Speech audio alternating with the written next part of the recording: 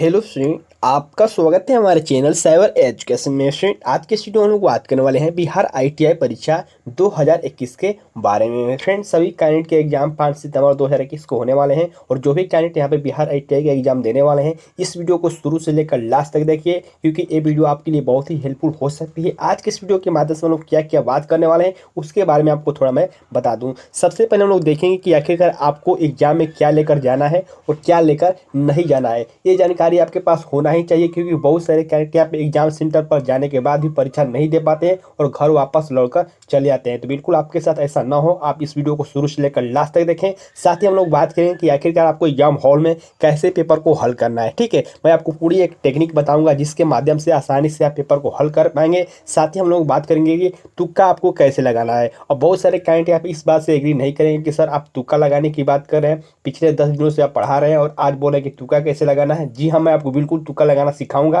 क्यों मैं आपको तुक्का लगाने के बारे में बात कर रहा हूँ, इस वीडियो को लास्ट तक देखते रहिए, आपको सारी जानकारी हो पाएगी। साथ ही एक पॉइंट मैं और यहाँ से और डिस्कस कर दूँ कि बहुत सारे कैंडिडेट यहाँ पे कमेंट कर रहे हैं कि सर हमारा एग्जाम कब से होगा। तो इसके बारे में हम लोग बात करेंगे। जो आपके पास मैसेज आया हुआ है, जो कि बहुत सारे कैंडिडेट यहाँ पे घबराए हुए हैं और बहुत सारे यूट्यूब पर ऐसे वीडियो अपलोड किए गए हैं कि आपको फिर से एडमिट कार्ड डाउनलोड करना होगा। इन सारे सवालों का जवाब आपको इस वीडियो के माध्यम से मिलने वाला है। चलिए हम लोग वीडियो को स्टार्ट करते हैं। सो फ्रेंड, यहाँ से देख सकते हैं मैंने उस ऑफिशियल नोटिस को ओपन कर रखा है जो कि रिसेंटली जारी किया गया है और मैंने इसके बारे में पहले से बता रखा है, लेकिन मैं फिर भी यहाँ से आपको रिपीट कर देता हूँ, क्योंकि बहुत सारे ऐसे कैंडिडेट हैं जो कि परेशान हैं और बोल रहे हैं कि सर हमको क्या फिर से एडमिट कार्ड डाउनलोड करना होगा या फिर नहीं। तो यहाँ पर देखिए साफ तौर पर एक बात मेंशन किया गया है कि जो आपका एग्जाम 11 बजे सुबह से लेकर दोपहर के 1:15 तक होने वाले थे, अब ये एग्जाम आपको 3:30 यानी कि 3:30 बजे से लेकर 5:45 के बीच होंगे। जो कि यहाँ पर देखिए सारी डिटेल मेंशन किया गया है। यहाँ पे साफ तौर पर मेंशन किया गया परीक्षा तिथि, यहाँ पे देखिए नीचे मेंशन किया गया पूर्व निर्धारित परीक्षा का समय, यानी कि आपको पहले जो निर्धारित समय था आपको 11 बजे था, लेकिन अब जो एग्जाम है आपका 3:30 बजे होगा। अब बहुत सारे कैंडिडेट के मन में डाउट ये चल रहे हैं, क्या हमको फिर से एडमिट कार्ड डाउनलोड करना होगा, या फिर जो भी कैंडिडेट एडमिट कार्ड डाउनलोड कर रहे हैं उनका जो टाइमिंग दिखा रहा है ये आपको यहाँ पे पहले वाला यानी कि 11 बजे दिखा रहा है, लेकिन उनका जो एग्जाम है ये आपको 3:30 बजे है। इसको लेकर बहुत सारे कैंडिडेट को आपको कंफ्यूजन नहीं होना है। जो भी कैंडिडेट यहाँ पे एडमिट कार्ड डाउनलोड करेंगे उनका जो समय है आपको यही दिखाएगा, जो पहले वाला समय है आपको 11 बजे यही दिखाएगा, लेकिन आपको एग्जाम देने आपको यहाँ पे शाम में जाना है। ठीक है, तो बिल्कुल आप इस बात को समझ गए होंगे और आपको फिर से एडमिट कार्ड डाउनलोड करने की कोई जरूरत नहीं है। अभी आप फिर से एडमिट कार्ड डाउनलोड करेंगे तो आपको वही एडमिट कार्ड डाउनलोड होगा और यहाँ पे आपको जो एग्जाम टाइमिंग है ये आपको यही शो करेगा। ठीक है, तो बिल्कुल आप इस बात को लेकर परेशान ना होंगे। यहाँ से देखिए मैंने बिहार आईटीआई के एक एडमिट कार्ड को ओपन कर रखा है और इसके माध्यम से हम लोग समझते हैं कि आखिरकार आपको एग्जाम में क्या लेकर जाना होगा और क्या लेकर नहीं जाना होगा। बहुत सारे कैंडिडेट कमेंट आ रहे हैं कि सर हमको जूता पहनकर जाना चाहिए या फिर नहीं जाना चाहिए, ऐसे करके बहुत सारे कैंडिडेट कमेंट आ रहे हैं। तो मैं आपको जब एडमिट कार्ड डाउनलोड हुआ था तो मैंने उसी समय आपको बताया था कि आपको क्या लेकर जाना चाहिए, लेकिन मैं फिर से आपको यहाँ से रिपीट कर देता हूँ कि सबसे पहले आपको अपने एडमिट कार्ड को डाउनलोड कर लेना होगा।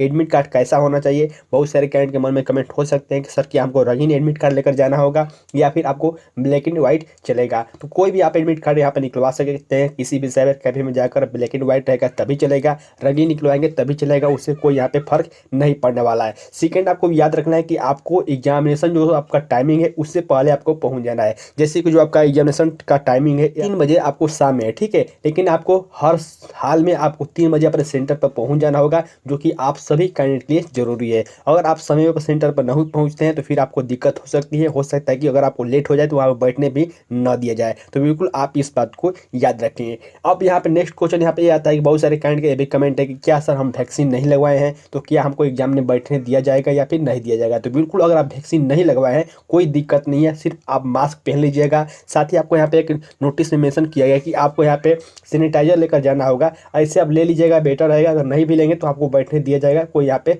रोका नहीं जाएगा, लेकिन आपके लिए मास्क बहुत ही जरूरी है। ठीक है, बिल्कुल आप इस बात को याद रखेंगे। साथ ही आपको एडमिट कार्ड के साथ आपको एक आइडेंटिटी कार्ड लेना होगा। आइडेंटिटी कार्ड में आप अपने आधार कार्ड को ले सकते हैं, वोटर आईडी कार्ड को ले सकते हैं, या फिर अगर आपके पास आधार कार्ड वोटर आईडी कार्ड नहीं है तो आप मैट्रिक का एडमिट कार्ड भी ले सकते हैं। ठीक है, बिल्कुल आप इस बात को याद रखेंगे। आपको मास्क पहनना बहुत ही जरूरी है, इस बात को भी आपको याद रखना है। बहुत सारे कैंडिडेट हैं जो कि आपको पूरी तरह से आपको हटा दिया जाएगा। ठीक है, अब बात करते हैं कि क्या हमको पहन कर जाना चाहिए, क्या लेकर नहीं जाना चाहिए। तो देखिए आप यहाँ पे जूता मोजा पहन लीजिए या फिर सैंडल पहन लीजिए, कोई दिक्कत नहीं है, वहाँ पे आपको ज़्यादा चेकिंग नहीं होगा। आपको सिंपली जो भी आप पहन कर जाना चाहते हैं जा सकते हैं, उसमें कोई दिक्कत नहीं है। लेकिन आपको कुछ रूल एंड रेगुलेशन को फॉलो करना होगा, जैसे कि आपको मोबाइल, कैलकुलेटर ये सब लेकर नहीं जाना चाहिए, जो कि आपको यहाँ पे नोटिस में मेंशन भी किया गया है कि ये सब आपको लेकर नहीं जाना है और ये सब जानकारी ऐसे आपके पास है। ठीक है, तो चलिए हम लोग बात करते हैं अब कि आखिरकार हमको एग्जाम में कैसे पेपर को हल करना चाहिए और कैसे तुक्का लगाना चाहिए।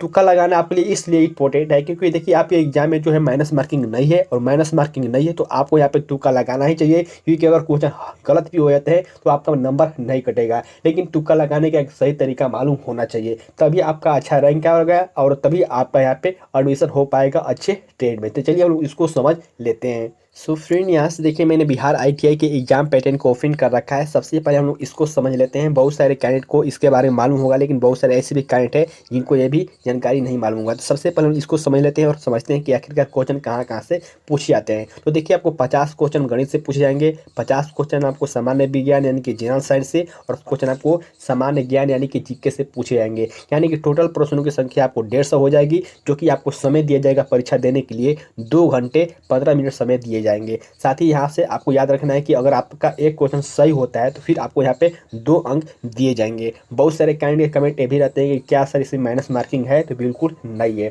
और बहुत सारे कैंडिडेट बोलेंगे कि सर हमको ये जानकारी मालूम है। देखिए आपको मालूम है, लेकिन बहुत ऐसे भी कैंडिडेट हैं मेरे पास कमेंट आते हैं कि सर इसमें माइनस मार्किंग है या फिर नहीं है, तो मैं आपको क्लियर बता दूँ कि इसमें माइनस मार्किंग नहीं है। ठीक है, अब हम लोग बात करते हैं कि आखिरकार आपको एग्जाम में क्वेश्चन को कैसे सोल्व करना है। तो देखिए इसमें आपको आप मालूम है कि 150 क्वेश्चन आएंगे। बहुत सारे कैंडिडेट के यहाँ पे जो क्वेश्चन रहते हैं कि सर हमको तैयारी अच्छी से नहीं हुई है, तो क्या हम इस एग्जाम को क्लियर कर सकते हैं? बिल्कुल कर सकते हैं।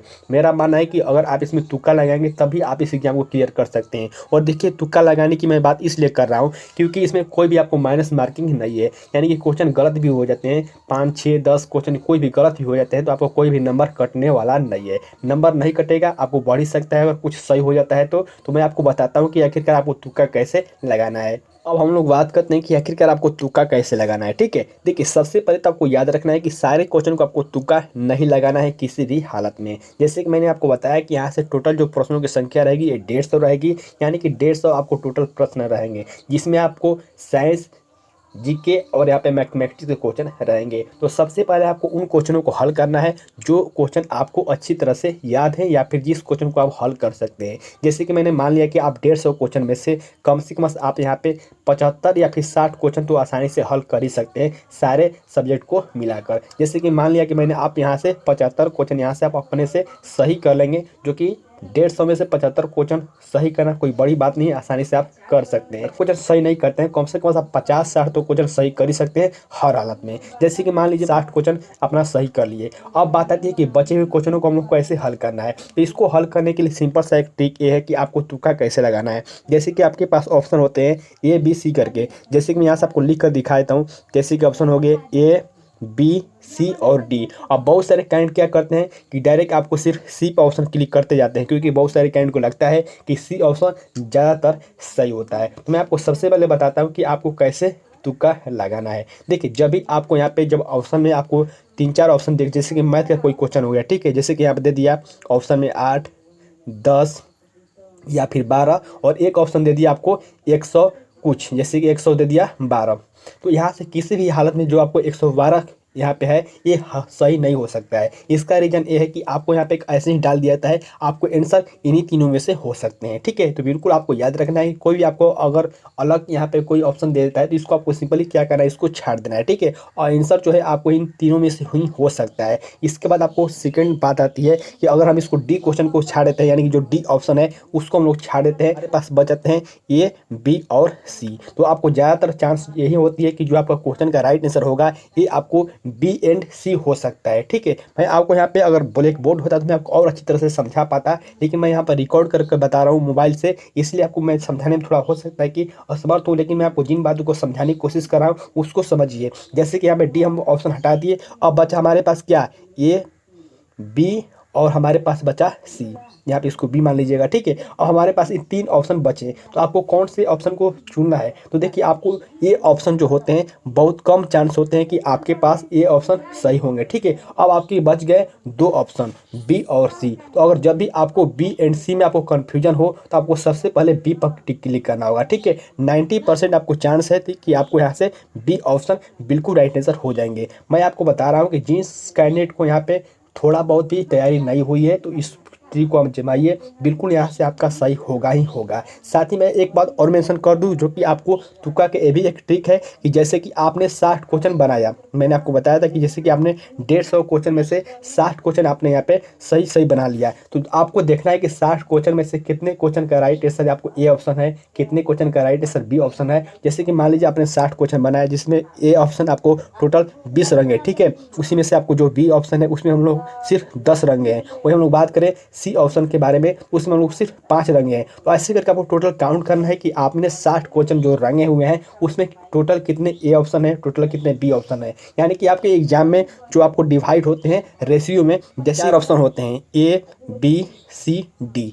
जैसे कि यहाँ पर आपके पास 150 क्वेश्चन है, यहाँ से आपको हर रेशियो में डिवाइड होंगे, यानी कि हर, जैसे कि ए ऑप्शन आपको कम से कम आपको 150 को आपको 4 से डिवाइड करेंगे तो आपको 37 पॉइंट कुछ आएगा। तो यानी कि हर जो ऑप्शन है आपको 37 रहेंगे। आपको लगभग ये रेशियो सेम ही रहता है, आपको ज़्यादातर अंतर नहीं रहेगा। यानी कि ए ऑप्शन आपको 37 होंगे, उसमें बी ऑप्शन उसमें 37 होंगे। तो ऐसे करके आपको डिवाइड रहता है। तो बिल्कुल आपको ये काउंट करना है कि जो आपने क्वेश्चन राइट किए हैं, जो आपने क्वेश्चन सही किए हैं 60 क्वेश्चन, उसमें से आपको कितने क्वेश्चन जो ए ऑप्शन है, कितने बी ऑप्शन है, जो भी आपके आप क्वेश्चन बचे हुए उनको आप रंगना शुरू कर दीजिए, ठीक है। तो ऐसे अगर आप ट्रिक आजमाते हैं तो बिल्कुल यहाँ से आपका क्वेश्चन राइट होने के चांस ज़्यादातर बढ़ जाती है। देखिए जिस बात को मैं आपको समझाने की कोशिश कर रहा हूँ, अगर इसको आप समझ रहे हैं और इसको अगर आप अप्लाई करते हैं तो बिल्कुल आसानी से आप यहाँ पर तुक्का लगा सकते हैं। मैं एक बार फिर से रिपीट कर दूँ कि तुक्का आपको सबसे पहले नहीं लगाना है। तुक्का आपको तब लगाना है जब आपको बचे हुए समय है और जब आपके क्वेश्चन बच जाते हैं सही होने के बाद, उसमें आप तुक्का लगाइए। और यहाँ से एक बात मैं और मेंशन कर दूँ, कभी कभी क्वेश्चन ऐसे पूछे जाते हैं